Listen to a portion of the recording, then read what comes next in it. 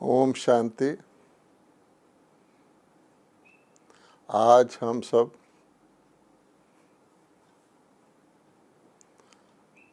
दिल्ली का मासिक योग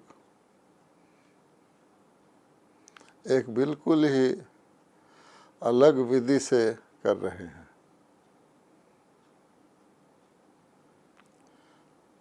प्यारे बाबा ने हम बच्चों को बताया हुआ है कि समय के साथ साथ विधि भी बदलती जाएगी और विधि सूक्ष्म होती जाएगी। तो जैसे जैसे समय समीप आ रहा है तो प्यारे बाबा के हर वचन जो हर समय के लिए बाबा ने पहले से ही उच्चारण किए हुए हैं वो हम देखते जा रहे हैं, वंडर खा रहे हैं और हर्षित भी हो रहे हैं, क्योंकि बाबा ने हम सबको बताया है कि आप बच्चे मेरे डायरेक्ट जन्म दिए हुए ब्राह्मण बच्चे महान भाग्यशाली हो, क्योंकि भाग्य विधाता स्वयं आपके भाग्य की लकीर खींच रहे हैं। ऐसा टीचर बाबा ने कहा है कभी किसी को नहीं मिला होगा जो परम धाम से आकर सवेरे सवेरे रोज़ हम बच्चों को एक ऐसा तीनों कालों और तीनों लोकों का रचयिता और रचना का ज्ञान सहज रीति से दे। फिर बाबा कहते हैं कि आप बच्चे ही मेरे सहयोगी बनते हो नया विश्व लाने के लिए। तो उसी कार्य की श्रृंखला में दिल्ली का मासिक योग भी एक बहुत ही अहम कड़ी है। बाबा ने 2 दिन पहले ही 17 तारीख की मुरली में हमें बताया कि सबसे महान से महान जिसकी सभी महिमा करते हैं, जो सबको महान बनाने वाले हैं, वो स्वयं निराकार शिव बाबा हैं। उसके बाद बाबा ने कहा धरती पर आओ तो सबसे महान से महान देश भारत है, जो अविनाशी खंड है, जहाँ ही देवी देवताओं की राजधानी स्थापित हो रही है। फिर हम ये जानते हैं कि अविनाशी खंड भारत का जो राजधानी है, अविनाशी राजधानी, अनेक राजधानियाँ आईं और गईं, लेकिन अविनाशी राजधानी वो दिल्ली है, जो कभी इंद्रप्रस्थ कहलाता था, ठाकुरों की दिल्ली था, आज ठिक्कर की दिल्ली बन गया है, जिसको ही ठाकुर की दिल्ली पुनः बाबा के बच्चे बाबा की शक्ति लेकर बना रहे हैं। अगर हम उस हिसाब से देखें तो कितना महत्वपूर्ण रोल या भाग्य हमें प्राप्त हुआ है। तो जैसे जैसे समय बदलता जा रहा है तो बाबा भी हमें सूक्ष्म लेते जा रहे हैं, विधि भी सूक्ष्म बन रही है, और जितनी कोई चीज़ सूक्ष्म होती है उतनी शक्तिशाली भी होती है और सहज भी होती है। पिछले कई वर्षों से हम दिल्ली में अलग अलग स्थानों पर इकट्ठे होकर के ये मासिक योग करते रहे हैं, और उसका प्रभाव सभी ब्राह्मण जानते हैं कि मासिक योग के प्रभाव से हम सब की सामूहिक योग की शक्ति से कैसे दिल्ली धीरे धीरे बदल रही है। हम देख रहे हैं कि बाबा ने हमको बताया हुआ है कि सामूहिक होने के लिए ये आवश्यक नहीं है कि हम शरीरों के द्वारा एक स्थान पर इकट्ठे हों, वह एक स्थूल साधन है। हम जानते हैं, हम जिस एरिया में भी ये कार्यक्रम रखते थे, सभी भाई बहन भिन्न भिन्न इलाकों से सुबह उससे बहुत समय पहले चल पड़ते थे, क्योंकि आत्माओं को शरीरों के द्वारा एक स्थान पर इकट्ठे होना पड़ता था। अब हम क्या फील कर रहे हैं कि सूक्ष्म रूप से हमें ये सामूहिक योग करना कई प्रकार से बहुत सहज और आसान लग रहा है। हमें इसमें अपने स्थूल शरीरों को लाकर इकट्ठे नहीं करना है। सामूहिक का अर्थ ये है कि हमारा लक्ष्य एक हो, हमारी एकाग्रता एक ही तरफ हो और हमारी सूक्ष्म शक्ति एक ही दिशा में जाए। तो वो तो अब हम बहुत आसानी से कर रहे हैं। बाबा ने बताया हुआ है कि संचार माध्यम अंत में आपको बहुत काम आएंगे। तो अब हम क्या देख रहे हैं कि हमको अकेले अकेले भी हैं हम, और साथ साथ हम इकट्ठे भी हैं। अब बाबा ने बताया हुआ है कि बच्चे, आपको आखिर तो अकेले आए थे, अकेले जाना है, और अकेले होते हुए भी आप इकट्ठे हैं। क्योंकि जब हम दिल्ली में मासिक योग करते हैं तो केवल दिल्ली के लिए तो नहीं करते हैं। दिल्ली नए विश्व की आने वाली राजधानी है, तो सारी राजधानी सारे विश्व के परिवर्तन के लिए इस राजधानी में, क्योंकि हमारा शरीर संगम पर राजधानी में मिला है, तो हमारी यहाँ ड्यूटी है। लेकिन हम करते तो सारे विश्व के कल्याण के लिए है। हमारा सामूहिक योग सारी प्रकृति के तत्वों को शुद्ध करने के लिए है। हमारा सामूहिक योग अपने अपने जो बचे हुए हिसाब किताब हैं उनको चुकतू करने के लिए भी है। और अब बाबा कहते हैं कि आपका सामूहिक योग बहुत ही अति आवश्यक हो गया है वर्तमान परिस्थितियों में, क्योंकि अब तो हमें नई दुनिया का आह्वान करना है। ये दुख की दुनिया अब अति की ओर जा रही है, और अति के बाद इति यानी अंत होता ही है। अब हम देख रहे हैं कि बाबा ने हमको वर्तमान समय के लिए क्या सूक्ष्म विधि बताई हुई है। आजकल हम सब सूक्ष्म लोक और परम धाम दोनों स्थानों पर रहकर अधिक से अधिक हम योग कर रहे हैं। और बाबा ने कहा है, अब तुम अपने ब्राह्मण जीवन से ऊपर उठकर फरिश्ता रूप धारण करके सूक्ष्म लोक में, ब्रह्मा बाबा जहाँ पर सूक्ष्म लोक में संपूर्ण फरिश्ता रूप में हैं और बाप दादा दोनों इकट्ठे हैं, वहाँ ज़्यादा से ज़्यादा अपनी बुद्धि को लगाओ। जब धरती पर आओ तो ये समझो कि हम ऊपर से फरिश्ते आए हुए हैं और इस धरती के कल्याण के लिए और अंतिम अपनी ड्यूटी पूरी करने के लिए, कर्तव्य पालन करने के लिए हम धरती पर हैं। लेकिन बाबा ने क्या बताया है कि 12 बार कम से कम हम सूक्ष्म फरिश्ता रूप धारण करके, ब्राह्मण नहीं, ब्राह्मण से ऊपर और सूक्ष्म लोक में रहें, और सूक्ष्म आकारी शरीर के द्वारा जैसे एक फरिश्ता होता है वो पाठ बजाएं।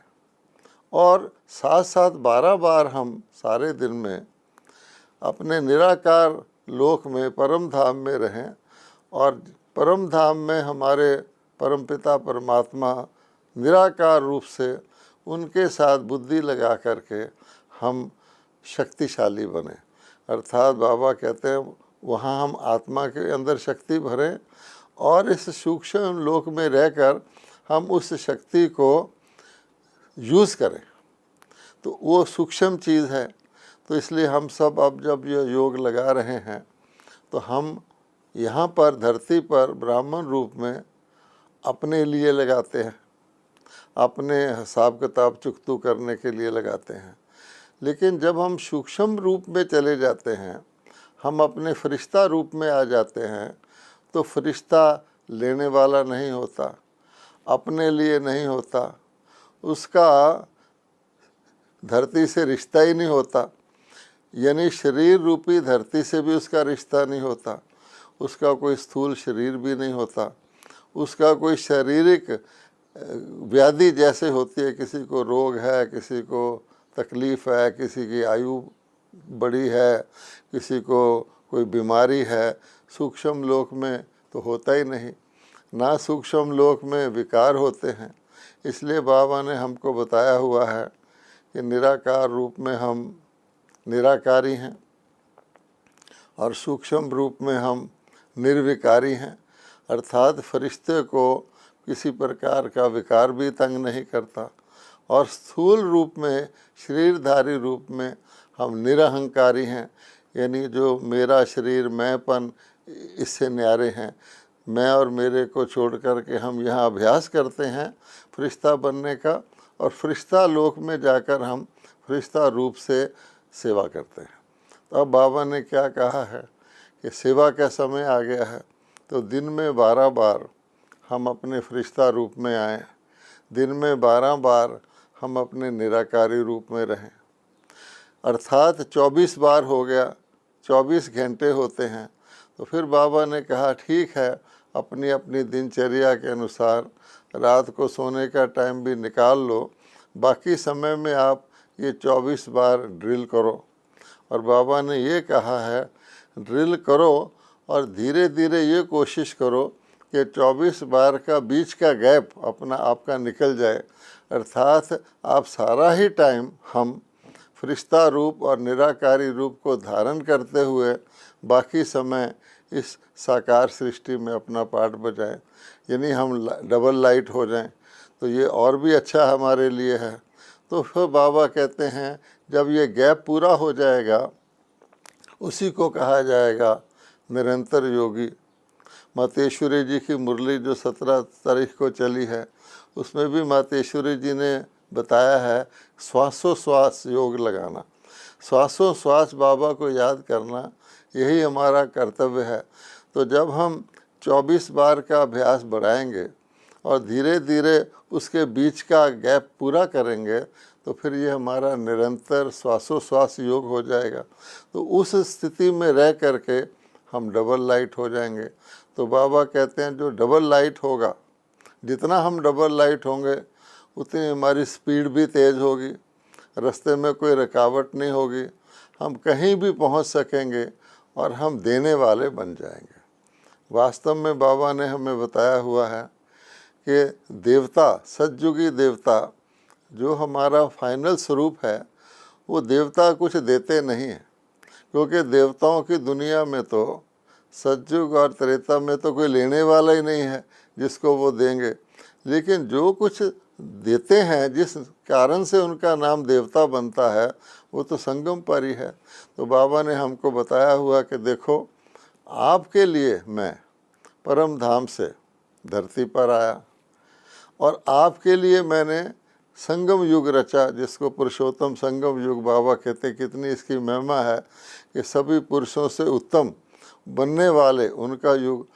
फिर बाबा कहते हैं आपके लिए ही मैंने सारे सृष्टि चक्र में सूक्ष्म लोक रचा। यह सूक्ष्म लोक ना तो सतयुग में होता है, बीच में कहीं भी नहीं होता, और केवल संगम युग पर ही बाबा ये सूक्ष्म लोक रचते हैं। और केवल हमको ही, जैसे मम्मा ने कहा कि परमात्मा का एड्रेस जो है वो स्वयं परमात्मा ही बताते हैं, और परमात्मा का एड्रेस सबाए उसके बच्चों के किसी को पता नहीं है, क्योंकि उन बच्चों के द्वारा ही परमात्मा अपने कर्तव्य करवाते हैं। वो कहते हैं मैं तो न्यारा हूँ। इसलिए अब परमात्मा ने हमको परम धाम का भी सारा पता दिया हुआ है, और परम धाम की आवश्यकता भी, परम धाम को जानना, परम धाम में जाना, परम धाम में अपने वो परमानेंट जो हमारा स्थान है उसको विजुअलाइज करना, और परम पिता परमात्मा जो हमारे परम धाम में हैं उनके समीप कौन कौन सी ब्राह्मण आत्माएं होती हैं जो देवता और जाके त्रेता युगी बनती हैं, ये सारा ज्ञान हमें है। सूक्ष्म लोक का ज्ञान भी बाबा ने हमें दिया हुआ है, क्योंकि बाबा कहते हैं कि जितना कोई वस्तु या कोई अस्तित्व छोटा होता है, जितना कोई अस्तित्व ताकतवर होता है, और जितना कोई अस्तित्व सर्व कल्याणकारी होता है, उतना ही उसके लिए वैसा ही स्थान चाहिए, वैसा ही वातावरण चाहिए। तो हम जानते हैं कि जब हम ब्राह्मण रूप में आते हैं धरती पर, तो हमें सारा कुछ पता है। हमको बाबा को याद करना है, अपने को आत्मा समझना है और सूक्ष्म लोक में भी जाना है, अन्य आत्माओं को हमने मनसा सेवा करनी है, ये सारा हमें ज्ञान है। लेकिन बाबा कहते हैं बच्चों ने बहुत मेहनत करके, बहुत स्नेह से बाबा से सारे ज्ञान को हमने बुद्धि में लाया है, उसको धारण किया है और उसको अन्य आत्माओं तक पहुंचाने के लिए कई प्रकार के कार्यक्रम किए हैं। और बाबा कहते हैं हर समय के अनुसार हर विधि ठीक थी, जो कुछ हुआ अच्छा ही हुआ। अब आगे जो होना है वो नई विधि से होना है, क्योंकि बाबा ने हमें बताया है कि नवीनता ही नया युग लाएगा और नवीनता ही ब्राह्मण जीवन की लाइफ है। अगर कोई भी ब्राह्मण हर चीज़ आगे से आगे उसमें नवीनता नहीं लाता है, जैसे साइंसदान भी अपने हर चीज़ में नवीनता ला रहे हैं, उसको सूक्ष्म बना रहे हैं, उसको शक्तिशाली बना रहे हैं, उसको निर्विघ्न बना रहे हैं, तो बाबा कहते हैं शांति की शक्ति से बच्चों को भी अपनी हर चीज़ के अंदर शक्ति भरनी है, उसको सूक्ष्म बनाना है, उसको सहज बनाना है। इसलिए बाबा ने कहा हुआ है कि सहज योगी, सदा योगी और सर्व के कल्याण के लिए योगी, ये रूप हमको धारण करना है। बाबा ने हमको बच्चे बनाया है। बाबा ने हमारी जन्म पत्री देख करके कि मैं परमात्मा परम धाम में निराकार रूप में रहता हूँ और मैं इतना सबको शक्ति देता हूँ, इसलिए देता हूँ कि मैं सत्यम शिवम सुंदरम हूँ। अर्थात सत्यम अर्थात मैं अपने आत्मस्वरूप में ही रहता हूँ, मैं अपने स्वरूप को कभी बदलता नहीं। अगर मैं किसी स्थान पर जाता भी हूँ, किसी चीज़ का लोन लेता हूँ या मेहमान बनता हूँ, उससे मैं अटैच नहीं होता। फिर बाबा कहते हैं मैं शिवम हूँ, अर्थात मैं कल्याण का कार्य करता हूँ। ऐसे नहीं कि सत्यम हूँ कोई, लेकिन मैं कुछ करता नहीं, विश्व कल्याण का कार्य करता हूँ।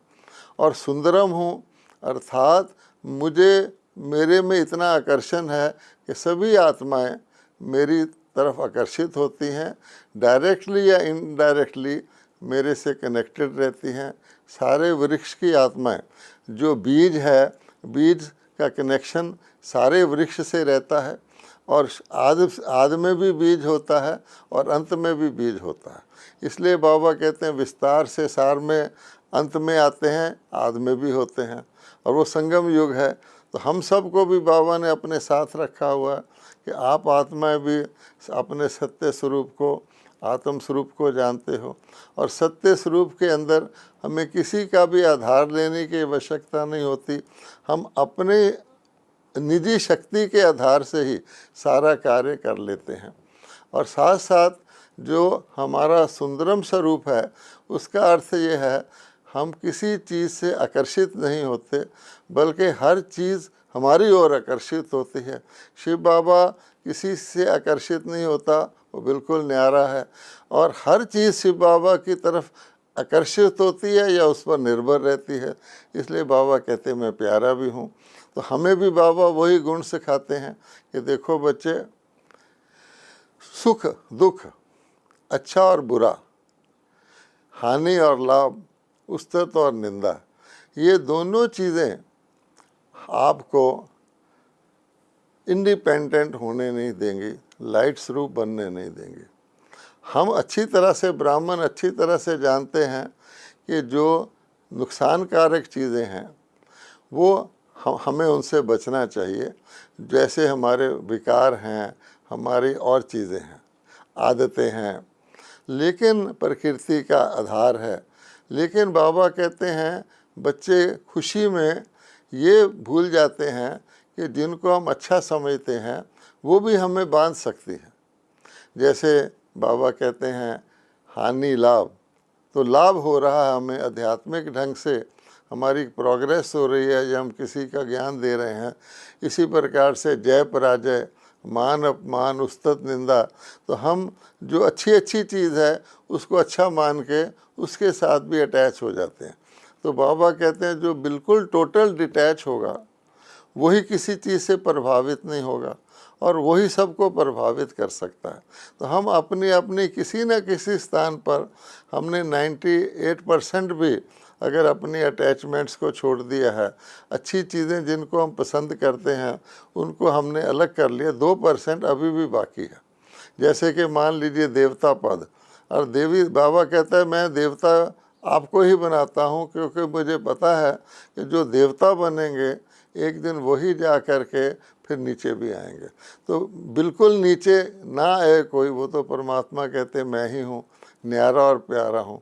तो वर्तमान समय क्योंकि हमें परमात्मा के साथ उनके कर्तव्य के साथी बने हुए हैं, तो बाबा कहते हैं आपको भी अपनी बीज रूप स्थिति में रहना है। हम अभ्यास करें कि अब हमारे सूक्ष्म टूल्स हो गए हैं, दुनिया के अंदर भी बाबा कहते हैं लौकिक कार्य व्यवहार घट गया है, ब्राह्मणों की भी स्थूल प्रकार की सेवा कम हो गई है। अब हमें अपने अंदर अभ्यास करना है कि शांति की शक्ति को हम कैसे धारण करें। उसके लिए बाबा कहते हैं कि पहले चेक करना है कि मैं आत्मस्वरूप से अपने शरीर पर कितना कंट्रोल रखता हूँ। बाबा ने कहा हुआ कि अपने अंदर जो आप लाएंगे वही फिर बाहर हो जाएगा। तो अपने आप को बाबा कहते हैं सेल्फ चेंज करो, सेल्फ परफेक्शन लाओ, दुनिया में आप ही आ जाएगी। क्योंकि अब मैं आत्मा हूँ, अगर मैं बैठ जाऊँ और केवल मैं 3 मिनट के लिए ये सोचूं, अपने भ्रिकुटी के अंदर बैठ जाऊं कि ये मेरा शरीर है, अंदर मेरे मन बुद्धि हैं, मेरे संस्कार हैं। अब मैं 3 मिनट के लिए चेक करूं कि क्या मैं अपने संकल्पों को कंट्रोल कर सकता हूं। मेरे अंदर कंट्रोलिंग पावर और रूलिंग पावर अपने लिए कहाँ तक है। तो हम देखेंगे कि हमें परसेंटेज मिलेगी। तो बाबा कहते हैं इस परसेंटेज को हमें पूरा करना है और एक एक ब्राह्मण को उस परसेंटेज को पूरा करना है। उससे क्या होगा कि हम जब संकल्प को कंट्रोल कर सकेंगे, संकल्प को जिस दिशा में ले जाना चाहे वहाँ ले जा सकेंगे और संकल्प को गर्मी सर्दी उस्तत निंदा से ऊपर रख सकेंगे, जितना जितना करेंगे तो प्योर हमारी, जिसको बाबा ने कहा स्पिरिचुअल पावर, हम हैं स्पिरिट सोल, वो हमारी काम करेगी। और आज यही आवश्यकता है कि हम जानते हैं बाबा से शक्ति कैसे लेनी है, दुनिया में कोई नहीं जानता। और बाबा की शक्ति अन्य आत्माओं तक कैसे पहुँचे दुनिया वाले भी नहीं जानते। बाबा कहते हैं मैं तो कल्याण करने आया हूँ, मैं सबको शांति की शक्ति, संतोष की शक्ति, कंट्रोल ऑफ माइंड की शक्ति, पीस सब मैं देना चाहता हूँ, लेकिन दुनिया वाले ले नहीं सकते। इसलिए आप मेरे से शक्ति धारण करके अपने शुद्ध संकल्पों के द्वारा, अपने वाइब्रेशन के द्वारा दुनिया में फैलाओ। इससे ईश्वरीय शक्ति की प्रत्यक्षता आपके द्वारा होगी और बाबा हमारे द्वारा प्रत्यक्ष होगा। तो हम अब योग में जो बैठते हैं सूक्ष्म रीति से बहुत पावरफुल होकर, देह से न्यारे होकर बैठने का अभ्यास करेंगे तो हमारा ये सामूहिक योग बहुत ही रंग लाएगा और वंडरफुल कार्य करेगा। ओम शांति।